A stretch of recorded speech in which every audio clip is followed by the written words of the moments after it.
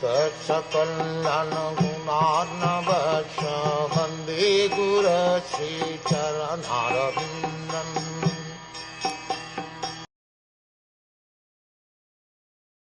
The Emperor Parikṣit is a pious king. He is highly celebrated and is a first-class devotee of the personality of Godhead. He is a saint amongst royalty, and he has performed many horse sacrifices. When such a king is tired and fatigued, being stricken with hunger and thirst, he does not at all deserve to be cursed. After explaining the general codes relating to the royal position and asserting that the king can do no wrong and therefore is never to be condemned, the sage Shamik wanted to say something about Emperor Parikṣit specifically. The specific qualification of Maharaj Parikṣit is summarized herein. The king, even calculated as a king only, was most celebrated as a ruler who administered the religious principles of the royal order.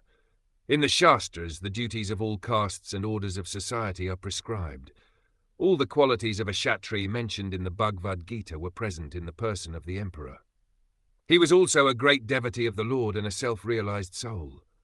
Cursing such a king when he was tired and fatigued with hunger and thirst was not at all proper. Shamik Rishi thus admitted from all sides that Maharaj Parikṣit was cursed most unjustly. Although all the Brahmins were aloof from the incident, still for the childish action of a Brahman boy, the whole world situation was changed. Thus Rishi Shamik, a Brahman, took responsibility for all deterioration of the good orders of the world.